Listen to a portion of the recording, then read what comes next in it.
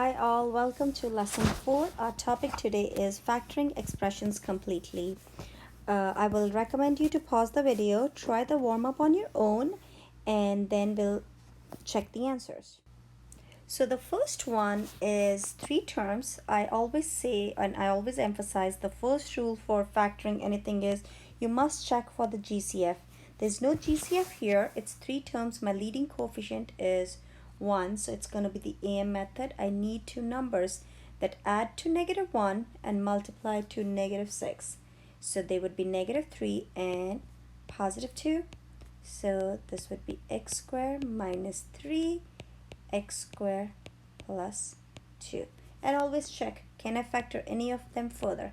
I cannot, so this is completely factored. Letter B. So here again, three terms, leading coefficient is not 1. So I'm going to just split up. I need two numbers that multiply to 1, 9 and add to -2/3. So I can split up the middle term into my two factors, and that would be 1/3 and 1/3.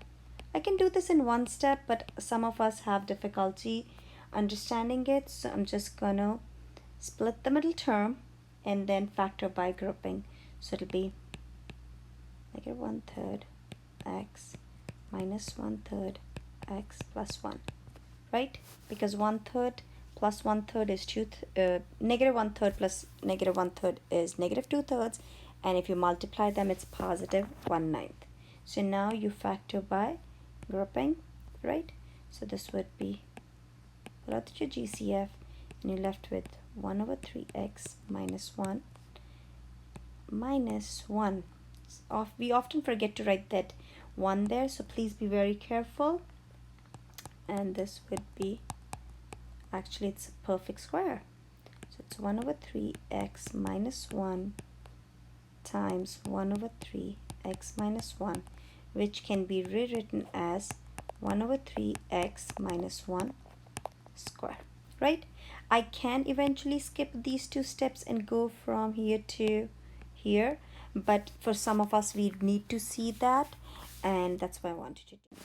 So I want to start reading through it. I just want you to understand that it is extremely important that you are able to factor expressions that contain multiple variables and various functions, including trigonometric, unit 3, and exponential and logarithmic, unit 2. So these are our next two units. So you've already seen factoring using the greatest common factor, and I always recommend anytime you're given a factoring question, look for your GCF. Always check so that you don't lose points or anything, right? And the difference of two squares. Now let's look at factoring trinomials and other expressions. After you've removed the GCF from a polynomial, you may have to continue factoring using a method called factor by grouping. Oops, it's not working. I don't know why. Okay, factor by grouping, which we saw a little glimpse of it for the warm-up. Okay, so how do we do it? Always again, look for your GCF. If you look at example 1, there's no GCF, and it is three terms. It's a trinomial, right? So what I need to do is check my leading coefficient. My leading coefficient is not 1. If it's not 1, when leading coefficient is not equal to 1, I'm going to use the AC method. You all should be aware of it, but let's go over it one more time. So basically what I do is I need two numbers that multiply to A and C, which is 4 times 1 is 4, and I need two numbers that add to -4. I think you got it. So they are -2 and -2. So what I do is I take my middle term. I'm not doing anything to my expression. All I'm doing is writing my first term as it is and taking my middle term and splitting it so it's easier for me to factor it. So that's what we do.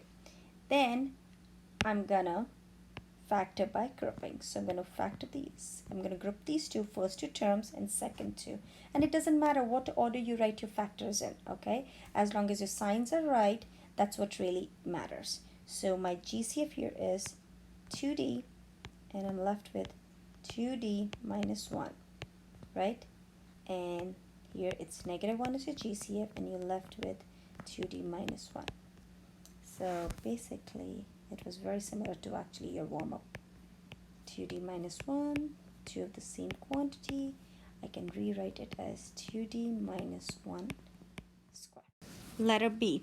Again, check for your GCF. There's no GCF, but be careful. There are two variables, okay? It's not going to change anything. The only thing is when we're writing our middle term or splitting our middle term, if we are, we have to make sure that we have those two variables. So let's do this. I need two numbers that add to -1 and multiply to -56. So definitely think about it.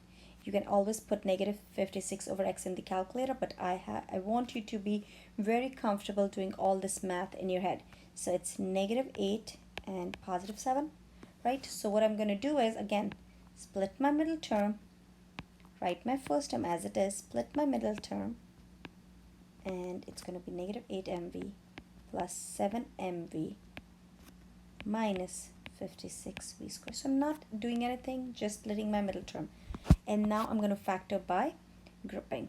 So there you go. My GCF for the first one is m, and I'm left with m minus 8v plus 7, and I'm left with m minus 8v. Your quick check is that these two terms have to be same. If you did not get them same, their signs, everything has to be same, the order, you end up then you made a mistake. That's your check, okay? So I'm left with m plus 7 and m minus 8v. Again, I'll always say you will be eventually able to skip these two steps and go from here to here, and that will be fine with me. Okay, so the next one. Again, it's already 4 terms. If it's 4 terms, then you do factor by grouping. But before that, what do we check? We always look for our GCF. Is there a GCF? Yes, there is.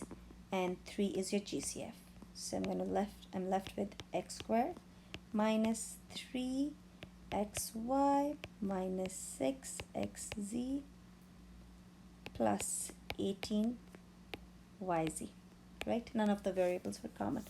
And now you do factor by grouping. So I'm going to group these two. So I'm going to just keep my 3 over there. So x is common. Slide up.